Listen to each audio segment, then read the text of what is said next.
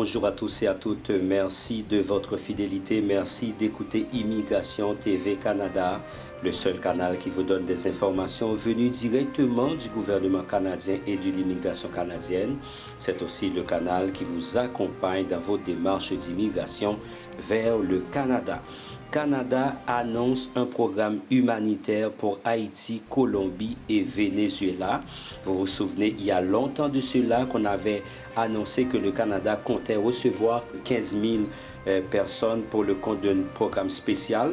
Le ministre canadien de l'immigration, Mark Miller, et le premier ministre Justin Trudeau ont annoncé le programme hier à la suite de sa rencontre le 23 et 24 mars dernier au Canada avec le président américain Joe Biden. Le premier ministre Justin Trudeau a annoncé qu'il accueillerait au cours de l'année 15 000 migrants de plus en provenance de l'hémisphère occidental, et ce pour des motifs d'ordre humanitaire. Dans une déclaration faite aujourd'hui, le ministre canadien de l'immigration, Mark Miller, a non seulement confirmé la mise sur pied du programme, mais aussi précisé les pays qui en feraient partie: Haïti, Colombie et Venezuela. Le programme débuterait assez vite selon le ministre. Les ressortissants étrangers colombiens, haïtiens et vénézuéliens en Amérique centrale, en Amérique du Sud ou dans les Caraïbes qui ont de la famille élargie au Canada seront admissibles à cette nouvelle voie d'accès. Maintenant, si vous me posez la question, quelles sont les personnes qui auront la possibilité d'appliquer pour les membres de leur famille? Toutefois, le programme serait restreint à certains membres de la famille élargie des résidents et citoyens canadiens.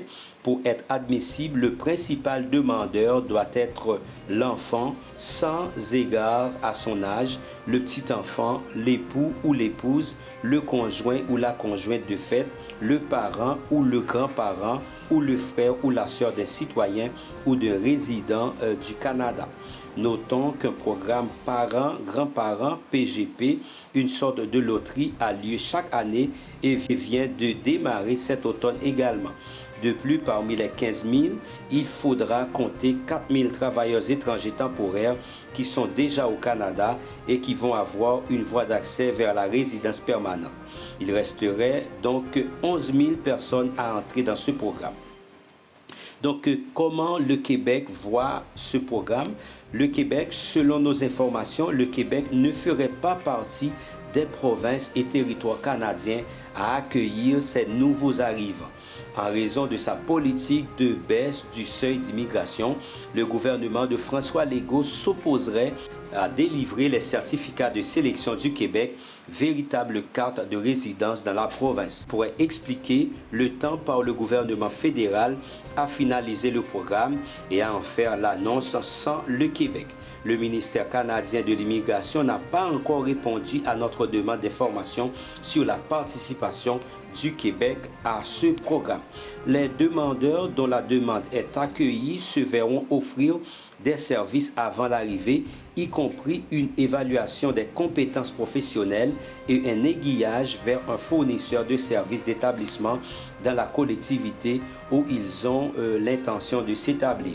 Des renseignements plus détaillés seront communiqués à l'approche du lancement de la nouvelle voie, donc le déplacement mondial de personnes en quête de sécurité atteint un sommet sans précédent. Les Amériques voient un nombre sans précédent de migrants en quête d'un refuge et de nouvelles possibilités, se plaçant souvent dans des situations dangereuses comme en traversant la région du Darien. Le Canada dit s'attendre à ce que ces mesures contribuent à réduire la migration irrégulière et à promouvoir une migration sûre comme alternative aux itinéraires irréguliers souvent dangereux dans les Caraïbes. Donc la nouvelle est tombée surtout pour nos frères haïtiens. Si vous avez des personnes qui sont au Canada, qui sont résidents permanents ou citoyens canadiens, ces personnes-là pourront donc appliquer pour vous. Et on a déjà dit pour quelles personnes ces personnes-là pourront donc appliquer. Ce n'est pas un inconnu, ce n'est pas n'importe quelle personne. Attention, je viens de vous signaler quelles sont les personnes qui seront donc admissibles à ce programme. Pour être admissible, le principal demandeur doit être l'enfant. OK?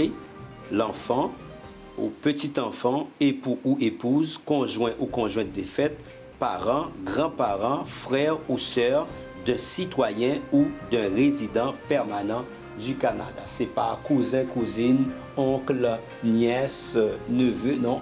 Ce sont les personnes que je viens de dire qui seront donc admissibles à participer à ce programme. Donc n'oubliez pas, si vous avez des gens qui sont au Canada, c'est le moment de rentrer en contact avec eux afin de les aviser concernant cette nouvelle ouverture du Canada pour recevoir 15 000 nouveaux immigrants pour le compte de ce programme qu'on avait annoncé il y a plusieurs mois de cela, surtout avec la visite officielle de Joe Biden au Canada.